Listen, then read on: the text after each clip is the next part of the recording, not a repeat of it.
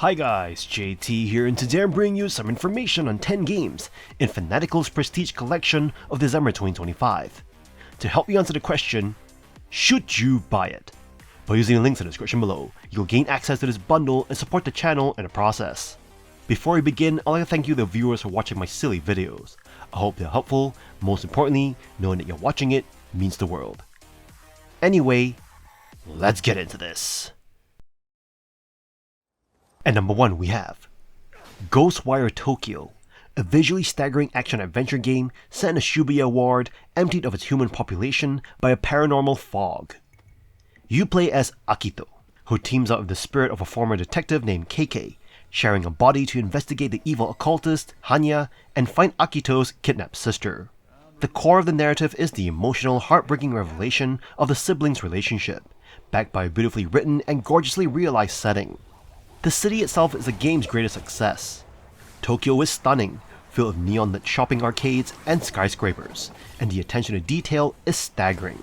The world building incorporates Japanese urban legends, populating the streets with visitors, ghostly apparitions born from negative emotions like boredom or lack of guidance.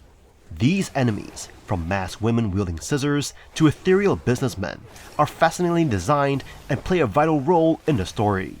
Your main form of offense is ethereal weaving, which allows you to harness the elements of wind, water, and fire to launch powerful projectiles. The goal in combat is to expose the enemy's core and then rip it out to permanently vanquish them. Unfortunately, the combat mechanics are flawed. You may find the aiming poor, movement unresponsive, and a lack of dodging or strafing frustrating, especially during large-scale battles. Enemy awareness is inconsistent, as visitors are sometimes completely oblivious while other times they notice you too easily. Despite the shortcomings in combat, you're given many opportunities to improve your character through leveling up and finding prayer beads. The world is filled with side missions revolving around helping scattered spirits, which provide XP, mecha, which is a currency, and interesting stories that offer a nice respite from the main plot. The game's captivating style and atmosphere, which expertly blends urban legends and slick visuals, are compelling reasons to experience the beautifully designed world, even if the gameplay sometimes falters. At number 2 we have Bloomtown, A Different Story, a pixelated turn-based RPG that blends slice-of-life charm with dark fantasy themes, clearly drawing heavy inspiration from the Persona series.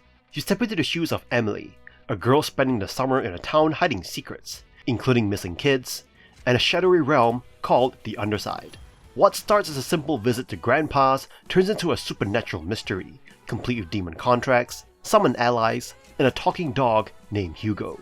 You'll explore the town, garden, work jobs, and grow relationships with friends, all while uncovering a bigger conspiracy. Combat uses elemental weaknesses and summonable demons, but while the system mirrors Personas, it lacks clear instructions, especially on capturing new demons. The game offers social mechanics, dungeon crawling, and even stat building through part-time jobs and quests. Unfortunately, it often feels more imitation than innovation. Dialogue can be clunky, sometimes too drawn out or awkwardly modern for its implied 1960s setting. Bugs may disrupt your progress, such as broken quest triggers or time inconsistencies. That said, the pixel art is charming, the soundtrack is genuinely catchy, and there's a clear love for classic JRPG tropes. If you're a fan of Persona-style systems with a cozier visual twist, you might find Bloomtown intriguing. Just expect a few rough edges and an experience that sometimes struggles to carve out its own identity. With patience and lowered expectations, you may still find magic hiding in Bloomtown's shadows. At number 3 we have I Am Future, Cozy Apocalypse Survival, an open-world survival game where you awake on a pod on a post-apocalyptic rooftop, presenting an end-of-the-world scenario that's surprisingly bright, colorful, and visually happy. You must embrace the game's oxymoronic title, as you're left alone to slowly rebuild and thrive in a world now dominated by green foliage. The main gameplay loop involves hunting for basic materials like scrap metal and plastic across the rooftop, which you then pour into schematics to create new buildings and complex materials. Progress is gated by the tools you craft, making the slow carving of your way through the wreckage feel genuinely cathartic. A highlight is the disassembling mechanic, where you must manually unscrew and remove components from objects like a broken kettle, which you'll find satisfyingly interactive. You also need to manage a hunger meter, though food is plentiful enough that it rarely poses a serious threat. Being full, however, grants you the benefit of carrying more, offering a useful incentive to eat. Unfortunately, the game's various parts don't always gel together. The mechanics often feel shallow. For example, minor enemies that eat your crops are a mild annoyance easily repelled by a cheap spray can or automated UV towers. The biggest issue is a lack of long-term investment. Nearly everything you build is completed within minutes, leaving you without a meaningful big project to chip away at. Once you build the bridge to the second and final rooftop, you're often left drifting without investment in the set goals. While the setting is beautiful and the initial concept is intriguing, an amnesiac in a world where personalities were transferred into machines, the narrative is similarly shallow, racing through plot points without exploring its interesting characters. While disassembling is fun and exploring the rooftop is cathartic, you'll likely feel a lack of meaningful progression in the mid-game, leaving a beautiful experience that is largely superficial. And number 4 we have High on Life, a shooter game developed by Justin Roiland, co-author of Rick and Morty. Set in the universe of the animated series, the game offers a bright and humorous adventure that may not appeal to everyone. The game features witty and absurd jokes, along with crude humor, and its reception depends on personal taste for Roiland's style. Despite its shortcomings, High on Life manages to engage players and has received positive reviews. The gameplay revolves around a sociophobic protagonist who must save Earth from an alien drug cartel. Assisted by various characters, including sentient guns with unique abilities, players embark on a humorous and action-packed journey. The game offers a range of weapons and abilities, allowing for entertaining combat and satisfying exploration. While High on Life has its strengths, such as interesting characters, a solid plot, and well-developed world building, it also has some flaws.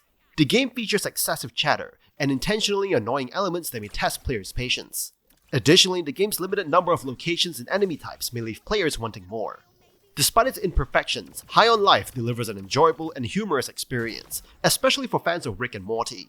The game showcases the developer's passion and creativity, and although it may not be perfect, it holds promise for future releases from the Roiland team. With its fun shooting mechanics, original voice acting, and developed world detail, High on Life offers an entertaining experience for approximately 8 to 12 hours of gameplay. And number 5 we have INDIKA, a surreal and highly compelling 19th century drama that casts you in the role of a young Russian Orthodox nun grappling with her faith while carrying on a constant dialogue with an intrusive voice in her head. Her journey begins as a simple mission to deliver a letter, but quickly turns into a trek through a desolate, war-torn landscape where she meets and helps an injured prisoner of war. The game is a highly eclectic mix of gameplay, blending third-person exploration and environmental puzzles with action sequences, platforming sections, and retro-style pixel art minigames that serve as flashbacks. The visuals often shift dramatically. One moment you're in a realistically rendered, dreary convent, and the next you're in a brightly colored arcade-style segment. This constant variety, despite the seemingly random shifts, never feels out of place, and is one of the game's greatest strengths. At key moments, INDIKA succumbs you to the voice, causing the world to erupt in a blood-red hellish glow, a symbolic shift. By praying, you can return to the normal world, and utilizing both versions is often required to navigate obstacles and solve spatial puzzles. The story offers a mature and challenging reflections on faith, morality, and sin, constantly raising philosophical questions about whether morals are absolute or simply a human construct. While the ending is abrupt and leaves you wanting more closure, the journey itself is captivating. The engrossing storyline, excellent voice acting, and gorgeous, if often dreary environments will keep you glued to your seat for the 5-hour experience. INDIKA is an impressive and mature reflection of religious doctrine and human belief, offering plenty of food for thought. And number 6 we have Dread Delusion, an RPG adventure game that is akin to Morrowind. The game is set in a weird world where you explore a civilization clinging to the asteroids around a Neuron star. There are wizards sailing in between islands on magically sealed airships, an atheistic inquisition hunting for the last gods, and a community of flesh-eating zombies that has gone vegetarian thanks to the invention of artificial human meat. Dread Delusion's latest update includes new quests, characters, locations, and combat tweaks, and the developers have built out its main quest with a distinctly Millennia-esque Valkyrie to find in the world, as well as a ruined town taken over by bandits.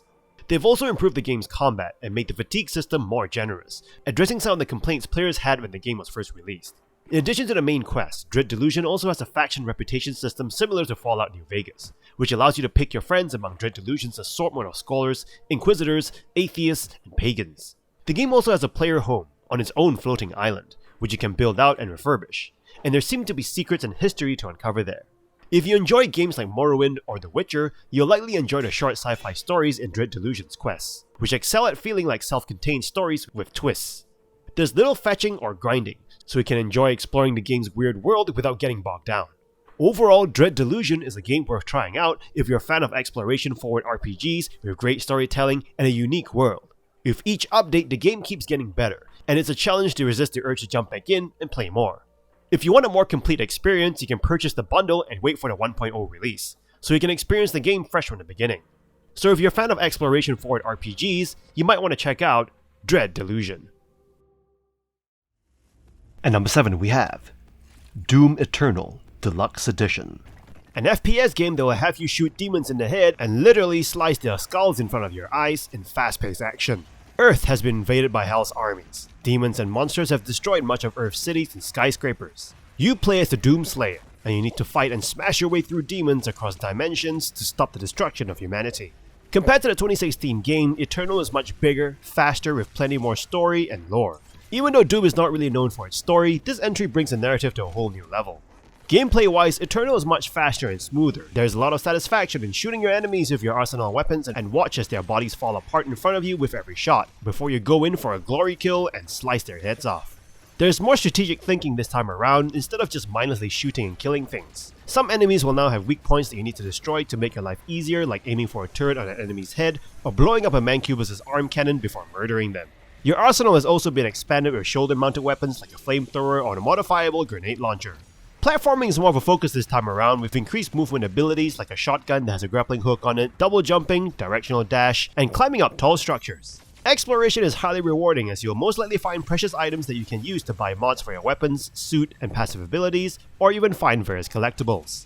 Eternal ramps up the RPG elements of the Doom franchise by allowing for such explorations and upgrades. This game also features a central hub known as Fortress of Doom that is a bit like a man cave, where you can look at collectibles you found, practicing murdering demons, or jumping into your next mission. Multiplayer is also really fun this time around, with the battle mode where 2 players play unique demons going up against another player, playing as a juiced up Doom guy. Doom Eternal is very fun and challenging, as you jump and zip around the level, finding various secrets, and crushing demon skulls in high-speed action. The Deluxe Edition is a definitive package for tearing through hell. You get the base Doom Eternal campaign, and the fast-paced battle mode multiplayer, and the entire Year 1 pass, including both action-packed The Ancient Gods Part 1 and Part 2 expansions. This bundle delivers non-stop gore-filled FPS action set to an incredible soundtrack, ensuring countless hours of demon-slaying fun across single-player and multiplayer modes. It is the ultimate way to experience the Doom Slayer's full story. At number 8 we have Keep Driving, a turn-based road trip RPG that perfectly captures the freedom and challenges of a memorable summer journey in a beat-up old car. You start with a vague destination, a music festival across the map, and a summer stretching before you. The core gameplay is a resource management challenge. Your car is your inventory, storing supplies and companions, and you must constantly monitor gasoline, cash, and a car's durability, and your own energy levels. As you travel between locations, you encounter road events, obstacles like potholes, traffic jams, and even bug invasions, which act as turn-based combat. To clear these, you must match the threats with pips of skill cards or limited use items like duct tape and cigarettes. While the combat system is simple to grasp, it demands preparation to survive. If you run out of resources, you have options like calling a tow truck, or in dire circumstances, the humiliating choice of calling your parents for help. The game truly shines through its writing and unique characters. As you pick up nameless hitchhikers, a punk, a songwriter, a woman in a wedding dress, they reveal their personal stories and provide unique skill cards. Though they are represented by simple pixelated portraits, the minimal text is highly effective, make them feel like temporary, slightly damaged friends you make on the road. Drive with them long enough and they'll unlock new skills and quests, sometimes escalating the chill road trip into a white-knuckle affair with cops and contraband. Backed by an utterly kick-ass soundtrack of Swedish indie bands, Keep Driving provides excellent road trip vibes and challenging resource management. You'll find yourself genuinely invested in the characters and their journeys, making this a highly compelling and replayable experience. And number 9 we have My Time at Sandrock, a wholesome sandbox RPG and the sequel to My Time at Portia, swapping lush greenery for a dusty western desert full of horses, bandits, and saloons.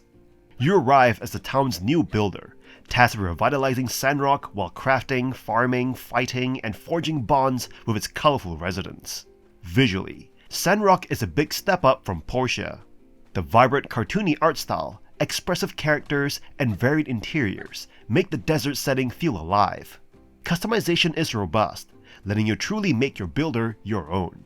Even on lower settings, the game looks great, and with better hardware, it shines. Crafting lies at the heart of your daily life, from fulfilling commissions to progressing the main story. Resource scarcity early on forces you to adapt, especially when water and wood are limited. Upgrading your workshop and becoming self-sufficient is key.